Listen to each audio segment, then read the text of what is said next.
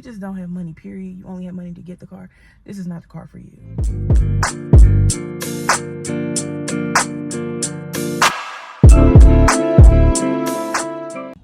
What's up, everybody? I haven't done this in a while, but welcome back. If you don't know, this is Maya Beezy, and again, I'm saying again, I'm so far ahead with this shit. Anyways, it's your girl Maya Beezy.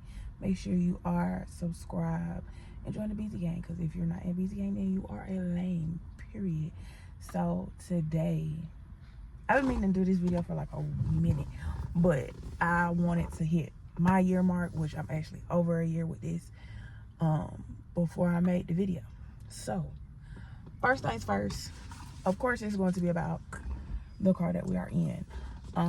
Everything, as you can tell by the title, everything you need to know before you get a Challenger, but this can go for Chargers, you can say Camaros, Mustangs, just any type of muscle car or any type of car with a Hemi, but this is specifically geared towards Challengers because that is what I'm driving, so I can only give you the pros and cons of this specific car. Where am I going to start? Let's start with the cons, because the pros are really easy. The cons that come, like, it be cons that don't nobody really, people be thinking about it, but you don't really know until you get the car, and then you be like, oh, it's really a problem for real. First things first, this is not a car that you need to get if you just want to flex like you got money. Like, no, don't do that. Don't be stupid. Like, yeah, you need money to get this car, but if you do not have the money to maintain the car, if you just don't have money, period, you only have money to get the car, this is not the car for you in any way, shape, form, or fashion, because this is a maintenance car. You gonna have to get your brakes done. You need your oil change, you need tires, you need rotations, you need alignments, you need, what else do I have to get? Oil filter housings changed out. Well, let's not talk about that because that ain't happened in my car, but some people had to get their AC changed out. Then of course, if you want to do like accessories, tinting, upgrades, packages, kits, interior designs, luckily my inside package came like this. This is a I got a sunroof and everything. I took that video down. I'll put it back up. But just for specifications, I have a 2018 SXT Plus V6. I do not have a V8. I don't have a Hemi. I don't have RT. I don't have none of that. I have a base model car, but because it is a Plus, I got like 160, and I got some premium features in my car. So heated seats, cooled seats, ventilated seats, excuse me, leather seats, sunroof, backup camera. I got a Alpine sound system. Of course, I got track mode, sport mode,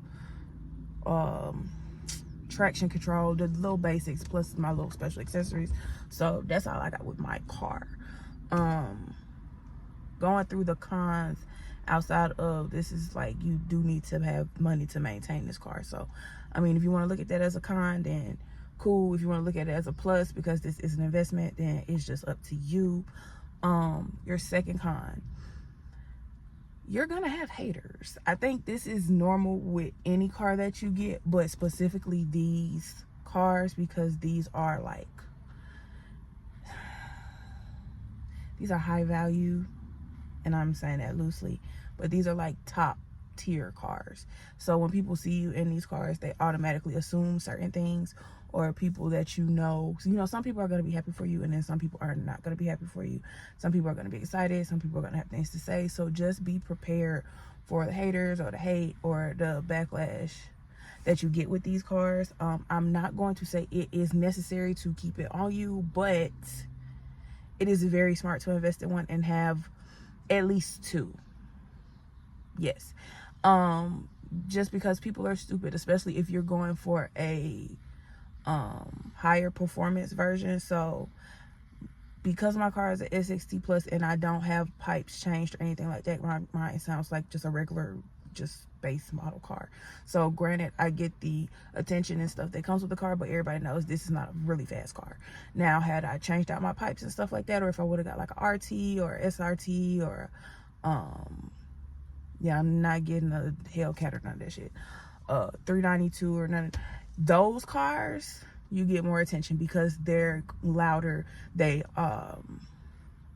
yeah, they're louder and they hear it. Even if you straight pipe a V6, that brings more attention because they're gonna assume that this is a V8 when it's just a V6 with straight pipes. But anyway, number 3, I wish I had my book, but I'm trying to go off memory. What was number 3? I don't really remember number 3. I know it was maintenance, well, money, maintenance, whatever you want to call it. Haters. As far as my cons are considered, I really don't have a lot dealing with this car. It takes time to get used to driving it. That's about it for me. Now, if you have your own cons, you can leave them in the comments, then we can have a discussion or just share your own thoughts and opinions, because this is a really big car community and everybody has their own pros and cons. So it might be something I'm forgetting when I get home and look at my book. I'm gonna see it. Also, you will be profiled. There's police profiling when you get this car, because most people that have the cars they're young men. So if you are a girl getting a car, I would suggest like having a window cracked or just having some type of light tint. That way they can see it's a girl, because they automatically assume you're not a girl and you're gonna run. Like, they automatically assume they're gonna have to chase you. And I'm probably just gonna add into the video, but feel free to leave your comments, your concerns, your pros and cons in the comments as well. Now, on to the pros for this car. Granted, again, this is a V6. My gas mileage is fucking excellent. Excuse me. My gas mileage is excellent. I can get a full tank of gas between $40 and $60. That's like 400 and something miles. If you want to estimate from where I stay in Atlanta to Mobile, Alabama, on a tank of gas. I don't have to refill up till I get to Mobile unless I just want to stop in Montgomery and get some gas. But I can go from where I stay in Atlanta to Mobile on one full tank of gas, and I won't have to fuel up or go to the gas station until I get to Mobile. That's the best estimate, because when I drove to New Orleans, I really didn't have that many stops. So gas is great with a V6. I cannot tell you about a V8. But you could probably get like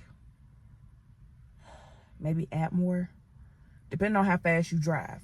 My second pro, it's just a really nice looking car, not gonna lie. If this is something, like for me, this is something I've been wanting since I was 16. So if this is like a car that is your dream car and this is something you really want, this is like a really, I vouch for the fuck. I love this car. Like, I love my Charger, but I love this car. I love this car. Another pro, you do get, this is a pro and a con. You get access to a different level of community, especially when you're a female. However, that level of community, it brings a lot of with it, because you have people, like before, you have people that are actually genuinely excited and happy to see you with this car, and then you have people that are low-key haters, or they're jealous. I don't want to say jealous, but that envy and the slick comments that come off with it, that's kind of what it is. That's a form of jealousy. You do have people that will inquire about how you got the car, or how do you pay for this car, because most people that have this car have really high car notes. Luckily for me, my car note is under $500. My car note is actually like in the 460s. So I actually did good with getting this car. Yeah, it brings you into a good community of people, because people will see your car, and then you can talk to people about it, especially not especially, but some girls in the community you can, some you can't. You just have to figure out who is who, because everybody is not a girl's girl. Everybody is not really here to just be cool and just be happy about their fucking car.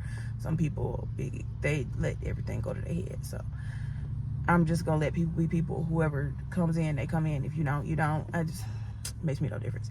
I mean,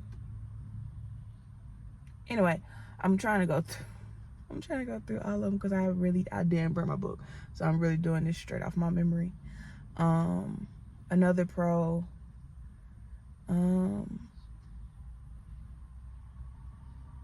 really trying to do this. I'm trying to include it for everybody, but a lot of these are my personal preferences. For me, a pro for me, what the hell? Anyway, a pro for me, it just brings me a sense of happiness. Especially if, like I said, I've been waiting on this car for a very, very long time. So when I got this car, there was a sense of happiness that I expected, but I didn't know was going to fulfill me in a way. A sense of fulfillment, a sense of happiness and fulfillment. So if this is something that you've been wanting for a very long time, or something that you've been looking at, or something that you're really interested in, and this is, this is the car that you really do want, again, don't get this car if you can't maintain it, or you just want it for social status, or just for some silly stuff, because it's gonna be so easy for you to get caught up in a whole bunch of stupid shit.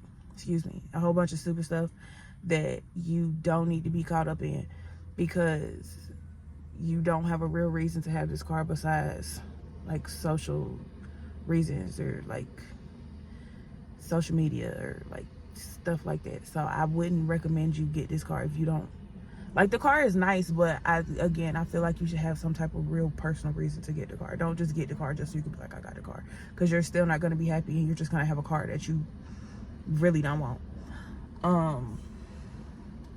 I just think that's kind of stupid. Another pro, I already said personal, like satisfaction and like happiness, since like I said that. I think there's another pro. It's a con at the same time, but a pro for me is your way to customize. Like everybody might have the same car, but how you customize your car is different. Like, you get, your decals and stuff like that. So the outside might be the same. Everybody like their little LED lights and stuff like that. But how you really decorate your car on the inside, how you make your car smell, mats, rear view mirror accessories, steering wheel covers. Another good thing about Challengers and Chargers, it's a lot of safety features. Like, that's why it's taking so long for this video to come out, because I keep finding stuff and have to put it in there. But it's a lot of safety features, like if your car, the traction, and you turn too hard and your car finna throw, it'll show a little notification on your dashboard. Of course, tire pressure, oil change, stuff like that. But as far as like traction control and like trying to keep you from wrecking, there's a lot of good safety features with that too.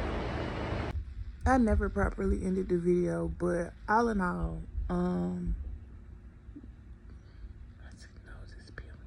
okay, anyway, that's not purpose. All in all, if you're looking to get the car is a really good car. If you don't have any real reason to get the car, don't get the car, because I would hate for you to get the car and then you be underwhelmed, or like most people to be like, oh, well, I had different expectations, but you really don't like the car. You're getting it for aesthetic reasons. And that's, if you don't have a purpose to get the car, don't get the car. Again, just leave comments down below. We can have a discussion. We can go back and forth. We can, not back and forth, but you know what I'm saying? We can have a nice back and forth discussion. Y'all can have y'all pros and cons in the comments. You can have anything you want to add, anything like that. But thanks for staying tuned. Probably gonna post some more stuff. I don't know yet. I gotta take these off. But yeah, see y'all later. 3 rings on my left, I feel like King James. They see the way we represent, they see the way we get it.